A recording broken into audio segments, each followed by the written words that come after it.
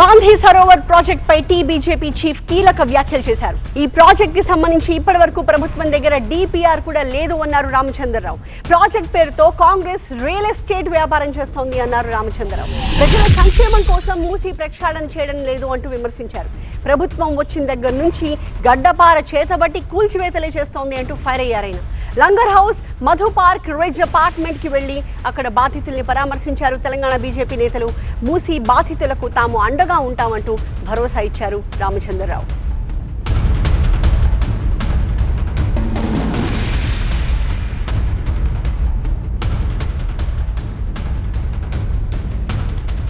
మేము సపోర్ట్ చేస్తాం, పూర్తిగా మేము సపోర్ట్ చేస్తాం.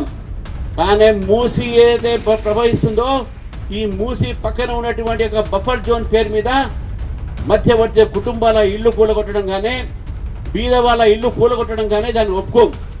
ఈరోజు లక్షలాది మంది ఈ మూసి పక్కన బీద వాళ్ళు నివసిస్తున్నారు. మేము ఆ ఇళ్లలో పండుకున్నాం. మేము ఆ రోజు రాత్రి గవర్నమెంట్ దగ్గర ఇప్పుడు కూడా డిపిఆర్ లేదు. ఈ ప్రాజెక్టుకు డిపిఆర్ లేదు.